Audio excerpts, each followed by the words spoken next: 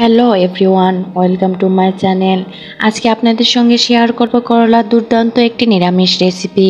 সচরাচর আমরা বেশিরভাগ করলা ভাজি খেয়ে থাকি, কিন্তু করলার এই রেসিপি খাওয়ার ধরন বদলে দিবে। আপনাদের কাছে অনুরোধ রইল আমার চ্যানেলটি প্লিজ সাবস্ক্রাইব করবেন, কারণ একটি সাবস্ক্রাইব আমার সামনের দিকে এগিয়ে যাওয়ার অনুপ্রেরণা যোগায়।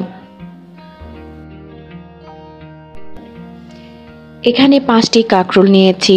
কাঁকরোলগুলো মাঝখানে 4 টুকরো করে ধুয়ে পানি ঝরিয়ে নিয়েছি। এখন কাটা কাঁকরোলে দিয়ে দিব সামান্য পরিমাণে লবণ, দিব হাফ চা চামচেরও কম হলুদ গুঁড়ো।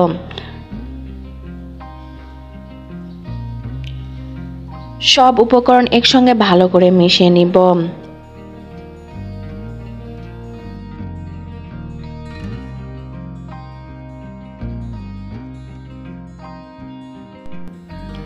কাঁকরোল ভাজার জন্য কড়াইতে পর্যাপ্ত পরিমাণে সয়াবিন তেল দিয়ে দিব।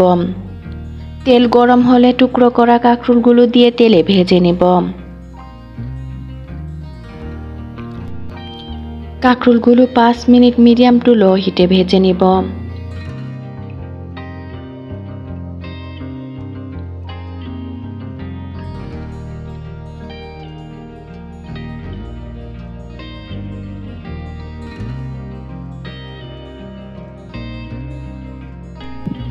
কাঁকরোলের দুই পাশে বাদামি কালার হলে কাঁকরোলগুলো তুলে নেব।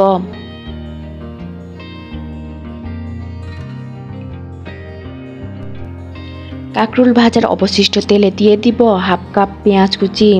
পেঁয়াজ লাইট ব্রাউন কালার করে ভেজে নেব। এখানে আমি অনেক অল্প পরিমাণে তেল ব্যবহার করেছি, আপনারা চাইলে বেশি তেল দিয়ে রান্না করতে পারবেন। এখন দিব 1 চা চামচ রসুন বাটা, দিব 1 চা চামচ আদা বাটা। মশলা পুড়ে না যায় সেজন্য দিব সামান্য পরিমাণে পানি।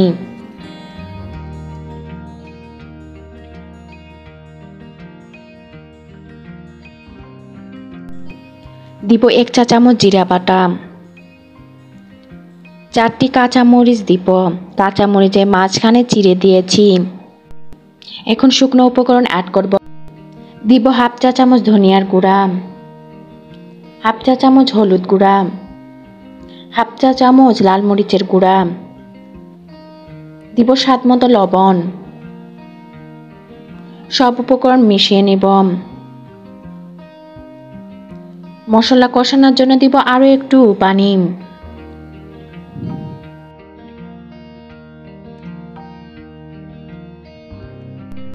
মশলা কষানোর উপর অনেকটা স্বাদ নির্ভর করে। মশলা কষানো হয়ে গিয়েছে, দিয়ে দিব আগে থেকে ভেজে রাখা কাঁকরোলের টুকরো। সব মশলা কাঁকরোলে মিশিয়ে নিব। কাঁকরোল সিদ্ধ হওয়ার জন্য দিব 1 কাপ পরিমাণের চেয়ে একটু বেশি পরিমাণে পানি।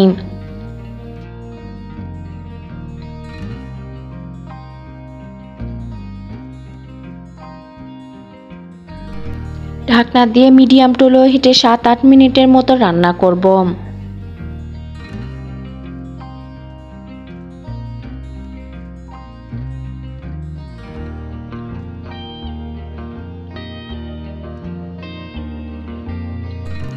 মাঝে মধ্যে ঢাকনা খুলে সব উপকরণ একেবারে নেড়ে চেড়ে দেব।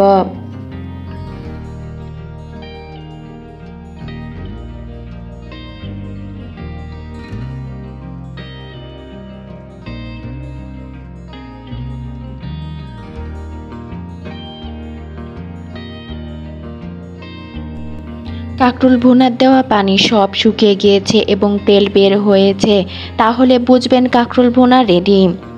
চুলা অফ করে দেব।